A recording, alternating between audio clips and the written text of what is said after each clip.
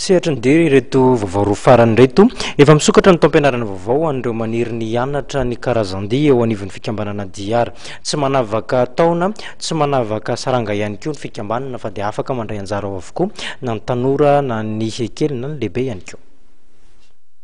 12 taona izao nisy ny diara izay manolotra fampianarana ireo karazana dia ho an'ireo mankafy izany.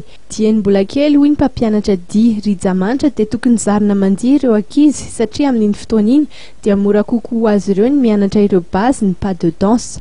Ahitana ny dia rehetra manokana ny danse de salon rehetra hatramin'ny danse sportive izay manolo tsara ny fanatanjahantena no ampianarana ao amin'ny diara.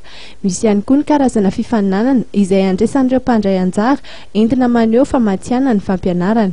Manao étude rythmique zay étude artistique ao anatin'ilay izy ary manao chant ihany koa zay sy théâtre zay anomanana ny sady manao comédie musicale atsoatsy.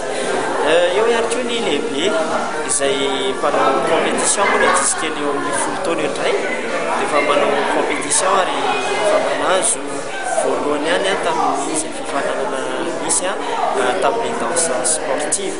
Eo ihany koa ny lehibe izay manao ny danse de salon manao ny salsa izay tena hoe azo atao hoe sady sport le izy no dia satria raha manao séance adiny salsa zay dia tena tsemboka tanteraka mihitsy izany hoe mahasolo sport zany no dia na danse de salon sy rock io hitanareo tsara angamba le dia rock fa tena sport mihitsy ary eo ihany koa ny danse sportive izay mahasolo azy izay zany le hoe dia sy ny fanatanjahantena izay atamandray satria izahay dia manao séance d'étirement manao assouplissement efa vita ny séance vao nisokatra ny taom-pianarana taona 2024 ka afaka misoratra anarana izay rehetra liana hianatra ny karazana dia ao amin'ny diara.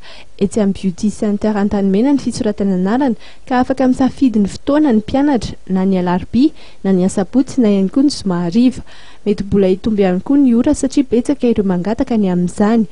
Ny club diara ihany koa dia afaka manao fampisehoana ho an'ireo izay mila izany na show animé na ihany koa ho an'ny mariage sy ny sisa maro hafa.